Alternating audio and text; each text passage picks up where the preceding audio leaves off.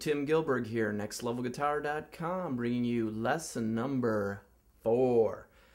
Now, I've got 3 previous lessons, and they're over vocal warm-up. So now we're going to get into our first vocal exercise. And what it's called, it's the hum. It's using a hum type sound to close your vocal cords. Think of your 2 fingers, your thumb and forefinger, as your vocal cords.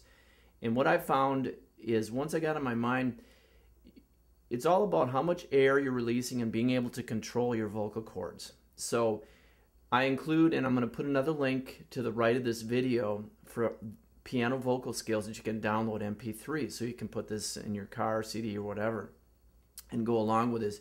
Once you have these scales, you can do it. There's going to be a multitude of vocal exercises, and each one does different things. As this is a progression, so we're going to start with the hum, and then we're going to do some other things and go to vowels. And each one has a different exercise, but pretty much the vocal scale, the piano scales that you do it along to, you just need to perform the exercise that you're working on over the piano track. So that's a great value that we've supplied to you. So again, the link is to the right of this video.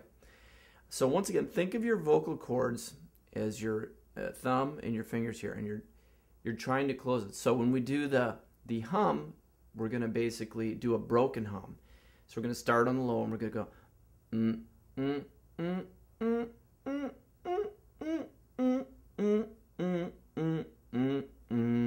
It's a lot easier to do it with the piano scale.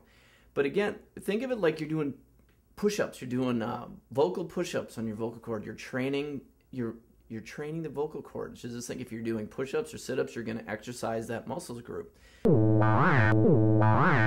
So this is the basic, the most fundamental one to start with. Now you can do a smooth hum, and you can still think of a great tip I had in my lesson last week is when you're hitting the higher notes, you don't squeeze with your throat.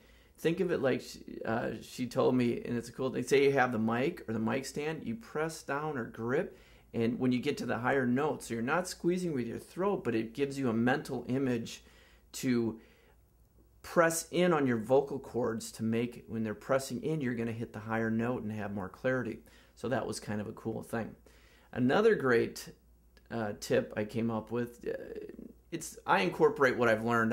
I've purchased pretty much every vocal instruction. I take private lessons. I search on the internet, and I just take my take, give my spin on it, and give it supply it to you. Again, you can take it what you will. Again, I'm not a 30-year vocal expert or instructor, but I'm really dug in and trying to find out what works for me. And if you can get anything out of this, that's great, you know, because it's not costing you anything either. That's always a good thing.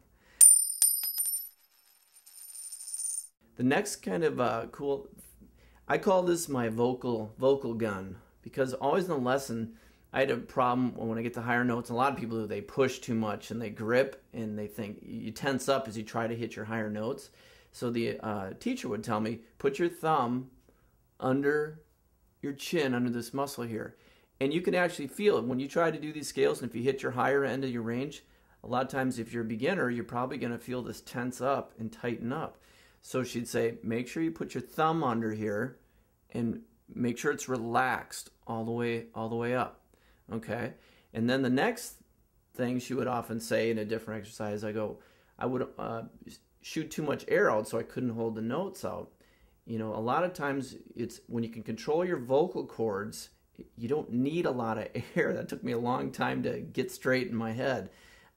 You always think you have to push more, and actually it's reverse. When you do the higher notes, you push less and press in more on your vocal cords. So the next thing she'd say is, when we do the exercise and I'd be running out of breath, she'd go, okay, put your finger right a little bit past your lips, and all you should feel is warmth, not air shooting out. And once I got that, I go, oh, because I could totally feel a bunch of air going out. It'd be, and then, so all you should feel is warmth off this finger on your lips. So I was like, well, you know, basically it's a little vocal gun.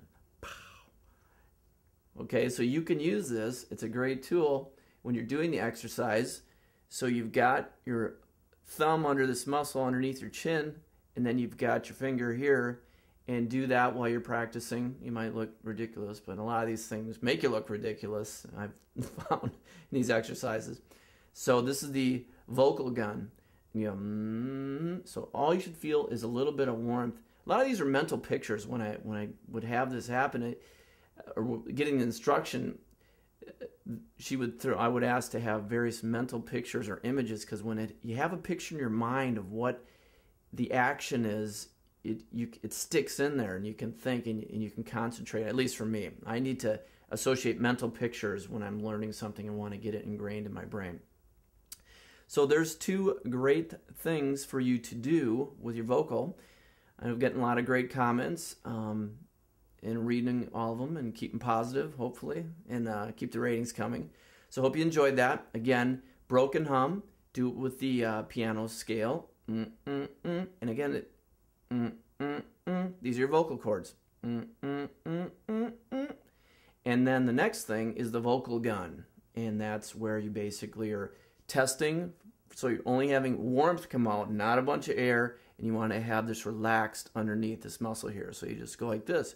And that works for me. So hopefully it works for you. Keep checking back. Go visit the previous 3 episodes. There's 2 great vocal warm-ups and a little background on why you need to do these vocal scales and exercises to get better. All right, Tim Gilbert, thanks for stopping in, and see you in lesson 5. Rock on.